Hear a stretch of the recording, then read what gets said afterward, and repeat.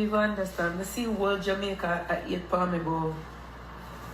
My only fan. Happy to know so the only thing I want right now, papers. Buy my mother a house, buy myself a house and live life. That's it. I don't give a fuck what nobody said. Like nobody. Guys, $11,000 I make before 72 hours. I just fuck I'm in the camping on me daddy. Oh, me not feel love over there. Why you think you see me all day today, guys? Me not tell no lie. Me, I live over there. I can't get a rest every second. Me just see $100 tip coming, $300 tip coming, $400 tip coming. I want me influence one girl to go over there. Lord Jesus, I hope she not gonna tell her family them say me tell her to come over there because she say me make she build page. I hope she not tell her people them say me no.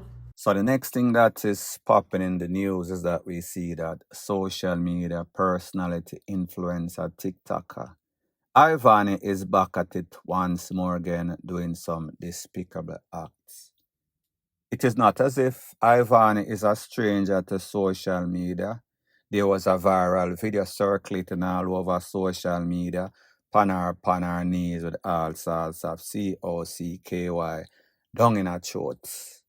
So we know that this lady is just like the typical lady out there that it is anything go. The ulterior motive is money. They do not give a FUCK about their dignity, their pride. There is nothing, no law that they won't go for the almighty dollar. Now, based on information, it is said that, and I have the videos and I have the pictures. If you want those videos and pictures, you could call me, WhatsApp me, not call, text me, send me a text. You want to see the Ivani pictures and videos. WhatsApp number 1-876-894-2711.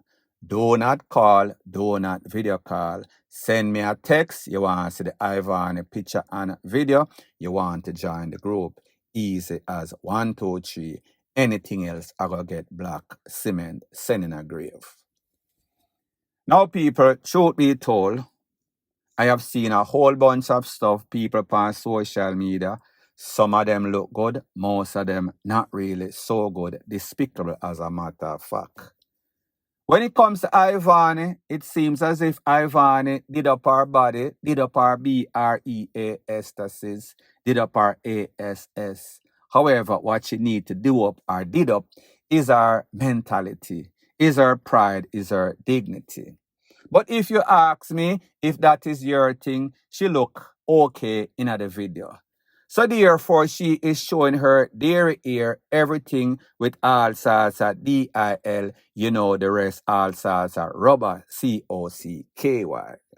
She was doing her thing, she was acting, she was playing the part like a PORN star, so people are going to like it. Now, based on what she said and what she bragged about in video is that she made 11,000 grand, meaning US dollars, 11G US dollar, in excess of $1 million in less than 72 hours, which would have been 3 days, Jamaican day, foreign day, any kind of day.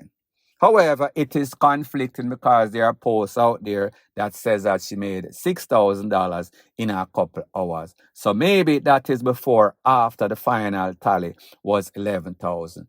Don't know, I am not an accountant, especially for scumbags. So what it shows us is that these influencers, social media personalities, especially the low life as in TikTokers, are the worstest of the worstest and anything goes. Such is the case as it pertains to Ivani, influencing low-lifers to become the lowest scumbags in a society, the abyss of hell, point blank and period. So the next thing that is popping in the news, it is called pocket watching, hating on Addy. It seems as if Vybz Kartel has the business, dancehall space and shows in a headlock. Him have the place under siege. And this is based on the astronomical fees that he is charging for a show. However, it seems as if he's a crowd pleaser. It seems as if he pulls the crowd. That was evidence in all of the shows that he has done thus far, including 2 back-to-back at the Barclays Center in New York, including 2 sold-out shows at the O2 Arena coming up soon. However, the biggest controversy pertains to a show that he had in a Trinidad, a no show that he had in a Trinidad, where proof is there that he was supposed to receive $1,350,000 US dollar, $1.35 million US dollar. He was given $950,000. However, he was a no-show. He said that he was not going to go because of promoters' contractual agreements. It was obvious that Vybz Kartel was not the only one that was not paid in full, and the promoter breached most of the main act, including Mali, including Sizzla. We also saw that e-ticket, island ticket, they said that whomever purchased ticket through their platform, they are going to refund them in about 5 to 7 days. And if you did not get your refund in that time allotted, you should contact them, and they gave information. So we see the promoter, if he thought that he was going to get the money and not pay the 3 main act, Vybz Kartel, Mali, and Sizzla, he had something else coming, because purses are going to be refunded on that platform. E-ticket, island ticket, they are not risking their reputation for nobody, including Vybz Kartel and the promoter. So anyways, based upon the information, Vybz Kartel was supposed to be paid, suppose is the operative word, got $950, the lion's share of the maximum that he was supposed to get. So we see he's been getting a bashing because the government of Trinidad, the commissioner of police, them say they are going to launch an investigation if there was any sorts of violation as it pertains to money, as it pertains to money owed. They told you that the promoter, what's his name? Don't remember Jacko, his name is. He was under investigation of a present case as it pertains to some weed, couple millions worth, US dollars worth of weed that he got busted with. So it is a shady character, including probably the people that was back in the show. Some people in America, they put up 5 million Trinidadian dollar. They were supposed to get back 100%, 10 million Trinidadian dollar. However, we know that that is an epic failure. So we saw the debacle in Trinidad, but people, it seems it gets even worse. Based on information that is out there, it is said that Vybz Kartel was or is to be paid a whopping 4 million EC dollar, being in Eastern Caribbean dollar. That is the equivalent to 1.5 million US dollar. So therefore, 150,000 US dollars more than what he was supposed to be paid in Trinidad. People, to me, that is excessive.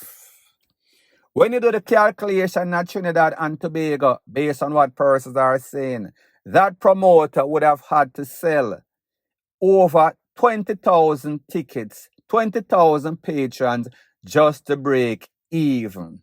So do the math when you add other expenses, promotion, rate, lele, blue, blah, bling. Somebody was not doing the maths properly. Somebody was more looking for hype. Somebody was putting their hat where they could not reach it. Such is the case as it pertains to send kits. Based on the information, it is said that the promoters of the Vybz Kartel show would have to sell in excess of 27,000 tickets just to break even. Using Buju Banton as an example, Buju Banton was paid 1/3 of what Vybz Kartel is going to get supposed to pay before the contract is breached. Buju Banton received 500,000, $500,000 US dollar. Vybz Kartel is getting 3 times that, $1.5 million. Buju Banton only pulled, based on scientific statistics that is out there, only pulled 27,000 purses in a 3-day festival that was held there. 3 days and 2 nights, or 3 nights, whatever the case is. So when they do the maths, and this is all financed by the government of St. Kitts, so people are saying, economists, accountants are saying, how them plan to pay Vybz Kartel that much money and know so them have to sell 27,000 tickets just to break even when Buju Banton that was paid 1/3 of that. He barely made the 27 that is needed, 27,000 purses or tickets to be sold that is needed just for Vybz Kartel to break even in a one night. So do the maths. Vybz Kartel getting 3 times more and get 3 times less time to make the breaking point, meaning just balance, just breaking even. So it seems as if the persons, the organizers of the show, is not calculating properly. It seems as if they were not doing their due diligence. It seems as if it is bad managerial attempt. Just to have a show, just to feature Vybz Kartel, he is going to be the only one that is going to make out like a bandit, including the patrons are going to be satisfied. So people, I say this to say that, not to pocket watch, but it just does not make good business sense for you to pay an artist $1.35 or $1.5 million when it takes a lot just to break even. It is risky business management, and people with sense don't make risky business decisions. Point blank and period. Yeah, you hear me? Here what go on, you know.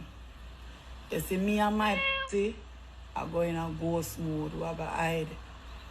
Because I don't understand how man all over the world I hunt me down for my pussy. Me ex them, I'm mad. All them are going like a me and my dad for them, and them are mad. Me and my pussy go hide right now. Right now. So the next thing that is popping in the news is based off that video that has been making its round over social media, where dancehall artist Lisa Hyper claims that somebody is stalking her. She have to hide because the people want her pumps so bad. So she's going into hiding to keep away from those persons. Now you and I know, based on recent history, based on Lisa Hype's mentality, that she has a obsession, a love-hate obsession when it comes to Vybz Kartel. So persons are assuming that she is talking about Vybz Kartel. Now, people, I don't know if Lisa Hyper is taking her medication. Don't know if Lisa Hyper is delusional. Don't know if Lisa Hyper goes to her bed or walks around with her heads in the cloud and think all sorts of stuff. That is really not factual, just a figment of her imagination. However, that is exactly what Lisa Hyper has to say. So if you believe what Lisa Hyper is saying is true, it actually happened, or if you believe that Lisa Hyper needs to take her medication, needs to go back to the place of residence, meaning Bellevue, let me know with a yay or a nay, a yes or no. Lisa Hyper mad, sick, or head no good. Point blank and period. So the next thing that is popping in the news, it seems as if Jamaican-born baller Leon Bailey, that plays for Aston Villa, or at least used to play for Aston Villa, is going about the money. It is all about the money. Based on information that is out there, it is said that he is scheduled to play in the Saudi Pro League, Premier League, for a team known as Neom SC. It is said that he is supposed to make about $10 million a year tax-free. The breakdown is this: 3 years, $27 million. That equates to about $9 million a year. People say $10 million average. Based on information, it is said that back in 2023, Leon Bailey was assisting. Leon Bailey was scoring a whole lot of goals for Aston Villa. However, with the addition of Marcus Rashford and Marco Asensio, it is said that his playing time reduced significantly. So did his goal, which was just 2, and assists, which was about 7 or so. It is said that because of him not getting enough playing time, him and the manager was always clashing heads. So I guess when Leon Bailey look at his present fee that he's being paid per year, taxes up the ASS in the English League, Premier League, and then when he looks at the fact that he is taking home every money that he makes, $9 million a year for 3 years, in excess of $27 million. Even if he was playing, even if he was scoring goals, he more than likely would not be making $9 million per year. So therefore, he is thinking about the money, he is thinking about the future, and he is thinking about the fact that his playing time has been reduced with the addition of top players that are maybe better than or just as good as him, based on the fact that they are producing and he is not. He had an up and down season in a 2024 to 2025, not like 2023 to 2024. So therefore, when him think about it, it was an easy decision based on the money. And we have to also understand that when it comes to these professional athletes in our leagues in America, in our leagues in our UK, they are taxed up the ASS, I think, 40-something% as it pertains to NBA, basketball player, baseball players, European League, English League, the same thing, high excessive tax. When you look at a place like the Saudi League, they are oil rich, so therefore they are not dependent on taxes because they have natural resources as in oil, meaning hundreds or billions or trillions of dollars that they are making. And more than likely, the owners of these teams, they are oil tycoons, point blank and period.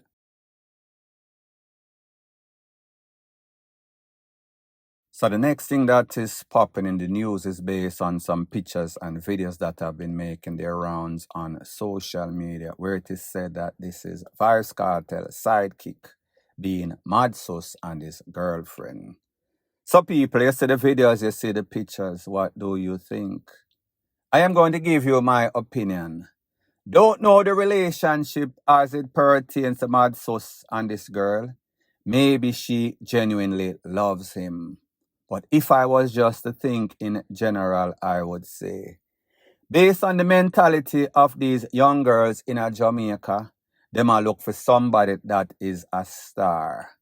The only thing or title that is affiliated with Madsus is the fact that he is a friend of Vybz Kartel, confidant, one of his co-defendants in the case. Loyal person to Vybz Kartel. Is loyalty considered a good trait that women are looking for? Now, when we take into consideration the fact that we see Madsus does not really have a skill set other than loyalty. He is not an artist. He is not a businessman, or at least not to my knowledge. We have to ask the question, what is the attraction? Is the attraction that this girl or lady can be closer to Vybz Kartel? So is she using Madsus to get to Vybz Kartel?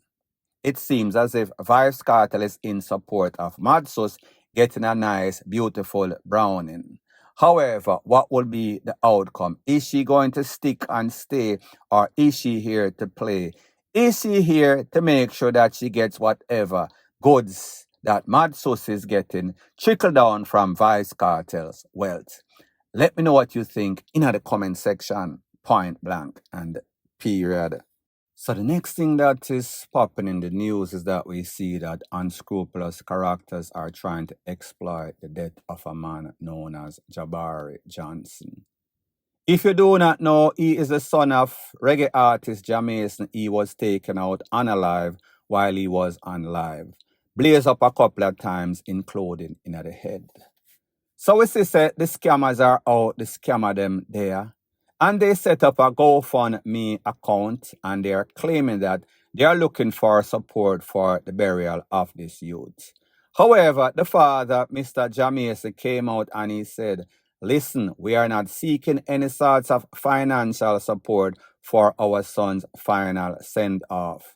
Nobody has contacted me. I am not in any sorts of agreement or give any sorts of approval for anybody setting up any sorts of financial help for my son's final send-off. We are taking care of all the expenses 100%. And what is even worse, unscrupulous characters are also saying, if you need Jamaican Dub in support for his son's burial, the father is coming out and he is saying, listen, I have nothing part or parcel as it pertains to GoFundMe or any sorts of dub plate for my son's final burial. So people, there you have it. Point blank and period. So anyways, people, thanks once again for checking out my video. If you appreciate videos like these, please show your appreciation by liking, commenting, sharing, and subscribing to my channel. That is how YouTube promotes videos like these to like-minded, sensible persons like yourself. Bless up.